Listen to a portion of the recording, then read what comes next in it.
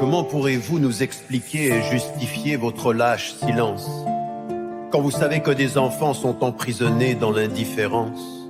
Chaque année, par centaines, ils finissent en prison, isolés et torturés. À 12, 13 ou 15 ans, leur crime est de jeter des pierres pour leur liberté. On devrait croire que cette armée d'occupation est la plus morale du monde. Dans les territoires volés et occupés, les soldats israéliens martyrisent sans honte. Ils détruisent des maisons, tuent des enfants innocents et protègent les colons armés qui continuent à voler la terre et à nier aux Palestiniens leur mémoire et leur humanité. Elles s'appellent Dima ou Ahed, elles ont 12 ou 16 ans et ont connu la prison, sans armes, avec le seul courage de leur cœur, portant l'héritage de leur nation. Elles ont fait face aux soldats arrogants et armés qui étaient venus les arrêter.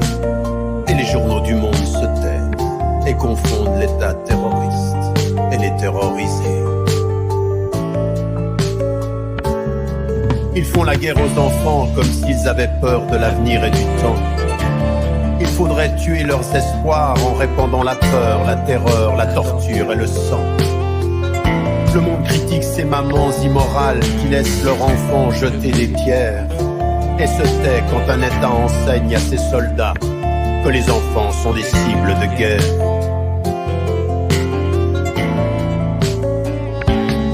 Elle est belle et forte, cette armée israélienne.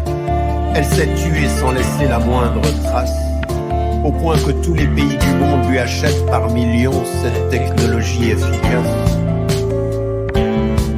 qui permet de surveiller les masses, d'éliminer à distance et rend les sales guerres propres. Ils ont le savoir-faire et la méthode au point de faire du profit sur le mal qu'ils exportent. Ils s'appellent Hassan ou Mohammed.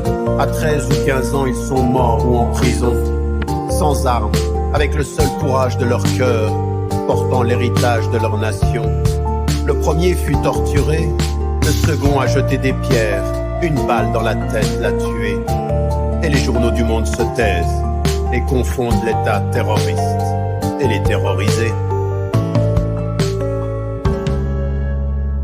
Nous pourrons faire semblant de ne pas voir cet apartheid, ce racisme institutionnalisé, cette arrogance et ce mépris qui terrifient le monde, qui n'ose plus rien dire ni condamner.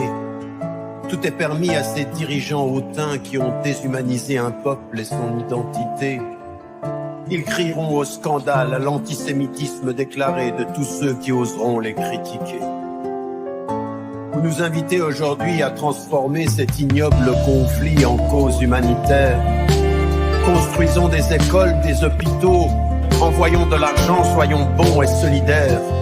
Qu'importe si l'armée d'occupation les détruit chaque année, à chacune de leurs guerres.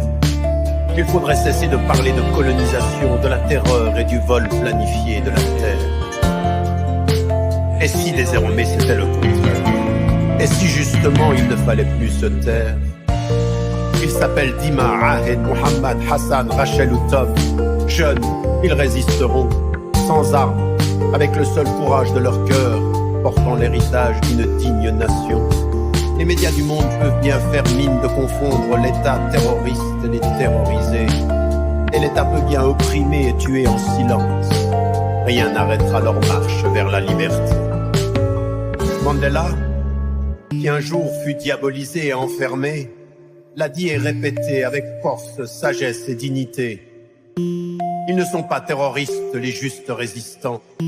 Ceux qu'il faut condamner, ce sont les occupants. Il était prisonnier, il devint président.